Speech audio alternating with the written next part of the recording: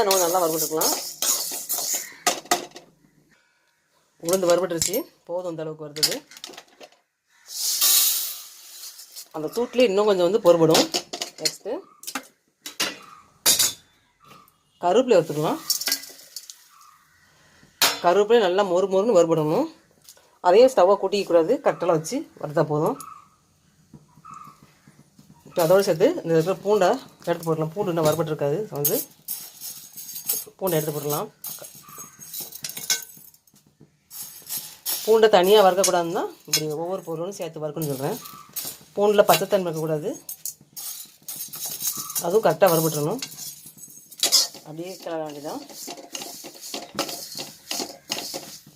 கருவேப்பிலை வறுபட்டுருச்சு. நெக்ஸ்ட்டு காஞ்ச மிளகாய் வறுத்துக்கலாம். அதுக்கு முன்னாடி